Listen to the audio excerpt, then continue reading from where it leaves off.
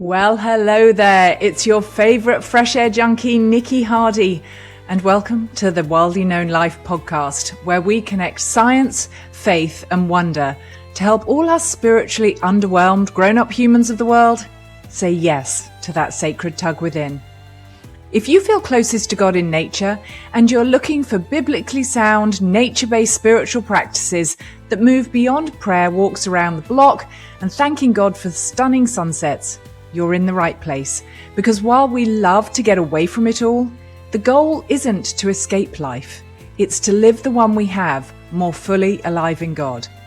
I'm an author, speaker, retreat leader, and science nerd who loves to weave story, scripture, and science into prayers and practices you can carry into the woods, your morning routine, or a regular Tuesday afternoon, so we can listen to God, our souls, and what His sacred creation has to say.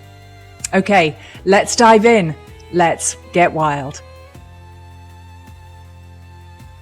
In her book, If Women Rose Rooted, Sharon Blackie takes us on a quest to find our place and purpose in the world, using Celtic myth and legend alongside contemporary role models to help us come alive to the potential of who we're called to be and then rise into it. She says this: "We must answer the call, or forever be lost in the wasteland. For many women, the call occurs at midlife. Dante expressed it perfectly in the opening lines of the Divine Comedy. Midway upon the journey of my life, I found myself in a dark wood where the right way was lost." She continues, "Most women experience major change in these middle years, physical change or professional, social or psychological, changes in our family and in our relationships, our children leave home, we're overtaken by disillusionment and dissatisfaction. We find ourselves unhappy in our jobs, in our marriages. We develop physical illnesses, anxiety or depression. Rage and grief threaten to overwhelm us. We begin to contemplate our own mortality. We question who we are, who we might have been, who we might yet become. We question our spiritual values and our material values. We begin to wonder what we're doing with our lives, what meaning we might find. We open our eyes a little wider and take in the world beyond ourselves. For the first time, we see the wasteland for what it is." The wasteland, or the wilderness, it's not exactly at the top of many people's destination bucket list. Often it's obvious when we've entered the wasteland. As Sharon Blackie describes, we begin to question and rethink much of what we've known to be true. And if you've read my book, God Can We Chat, you know the wasteland is not foreign to me. But it's also possible to be living in the wasteland for years and be blissfully unaware.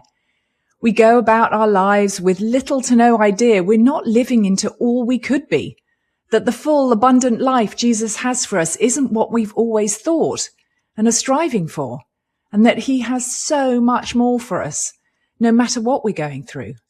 We're not miserable. We're not deconstructing our faith. We don't dream of running off to join a commune. Not that often, anyway.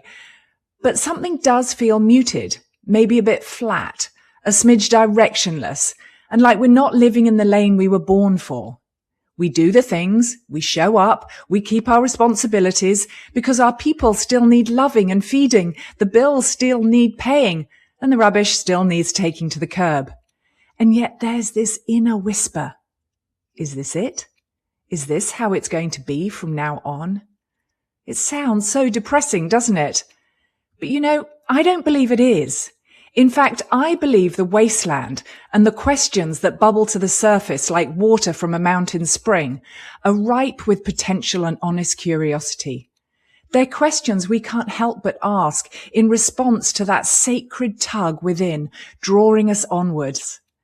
It's a deep knowing and longing to feel more alive, more connected to God and others, and walk with a greater sense of belonging. For those of us intimately familiar with these questions, or coming to them maybe for the first time, it's good to remember the wasteland isn't a discipline problem. It's not a prayer problem, or a discernment problem, or even a faith problem. And we're definitely not falling apart or having a midlife crisis. Over the years, During my cancer journey, through years of feeling more lost than found in my faith, and through listening to hundreds of your stories, I've noticed something. I've noticed that there are two things that quietly shape whether we answer these questions and learn to live and feel wildly alive, or we remain quietly stuck. Just two: clarity and confidence. Clarity is about how aware we are of our dreams, our desires and longings. And I don't mean the Pinterest board 5-year plan kind.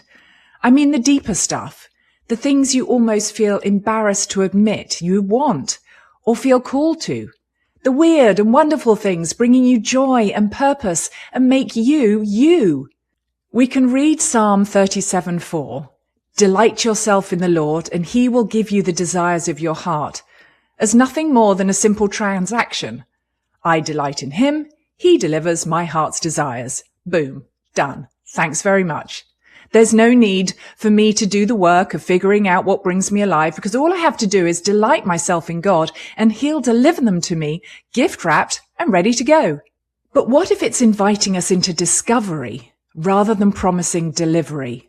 What if delighting in him isn't about receiving a DoorDash delivery of our desires straight to our doorsteps, but making space for the desires he's already planted within us to bubble up in his presence and make themselves known? Like I said, a discovery rather than a delivery. And some of us are crystal clear on what we want. Our desires have been bubbling to the surface for years. And some of us genuinely don't know what we desire and wonder if the springs run dry. And that's okay. That's the first piece of the puzzle: clarity. The second is courage, because when we discover the desires of our heart, the question becomes, are we willing to move towards them? Are we willing to face our fears, ignore expectations, get uncomfortable and take responsibility?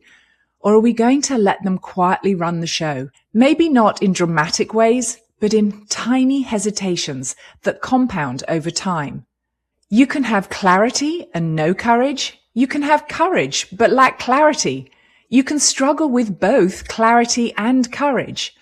Or, and this is where things get exciting, you can cultivate both.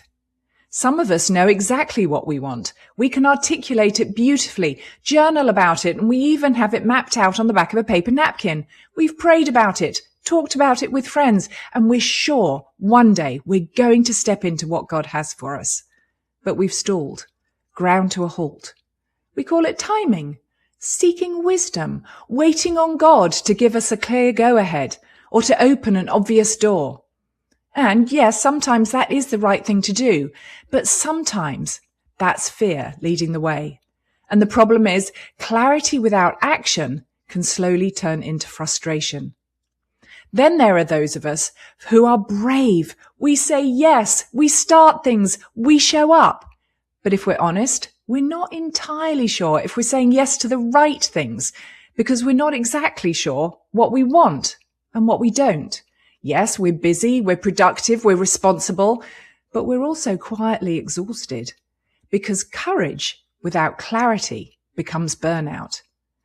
Then there are those of us who feel foggy, who feel disconnected from what we want or desire most in life, or unable to articulate it. And although we're not lazy or apathetic, we lack courage as well as clarity. So we wait, because somewhere along the line it feels safer not to want too much. Unfortunately, as Christians, sometimes we call it being content when we're afraid to change. Sometimes we call it wisdom when it's avoidance. Sometimes we call it waiting on God when we're terrified of letting someone, including ourselves, down. If you're wondering, let me assure you, living wildly known isn't about being louder or bigger or more visible. It's about alignment. And yes, I know this word has been hijacked and can feel slightly woo-woo, but really alignment is about allowing God to steer our lives so our inner world and our outer life work together with Him in step with the Spirit. It looks like obedience and feels like freedom. And when our inner world outer reality and what God has for us don't match, that's when the restlessness creeps in. The irritation, the envy, the low-grade disconnection and discontent we can't explain. And if you resonate with that, let me remind you again, those feelings and that ache aren't failures.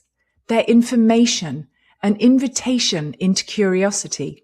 When we have clarity about what and where God is calling us to, and the courage to follow his call, trusting him as we go, that's when we feel most alive. Personally, I'm still figuring this out in real time, hence doing this episode as I share what I'm learning as I go. So be encouraged, my friend. It's a process, not a to-do, a journey of discovery, not a destination. It's about our relationship with God, far more than anything we can do for God. Living wildly known isn't something we arrive at. Rather, it's a posture we take with us. Okay, I know that's a lot. If today's conversation has got you thinking about the wasteland and how much clarity or courage you do or don't have and where you fit into all this, I created something to help you figure it out and take the next steps. And best of all, it's super fun. It's called the Wildly Known Life Quiz, where you can discover your wildly known type. It's not about boxing you in or slapping a label on you. It simply helps you see where you naturally sit, how clear you are on your desires, how willing you are to move ahead toward them, and what tends to trip you up and hold you back.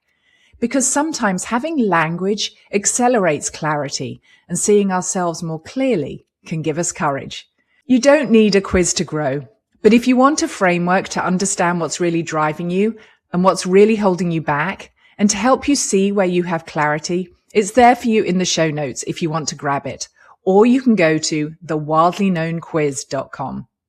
Something I'm reminding myself of frequently is that this wasteland is not a punishment. It's an invitation.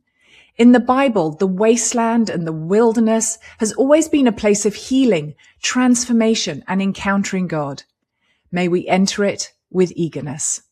We're going to end, as we always do, with a simple, embodied, repeatable practice, prayer, or invitation we can take into our day. So take a moment to be with nature somehow. As I always say, it doesn't need to be with the wilderness. A park bench will do. Or sitting in your favorite armchair with some flowers or a potted plant nearby is great. It's our hearts we're connecting with nature just as much as our bodies.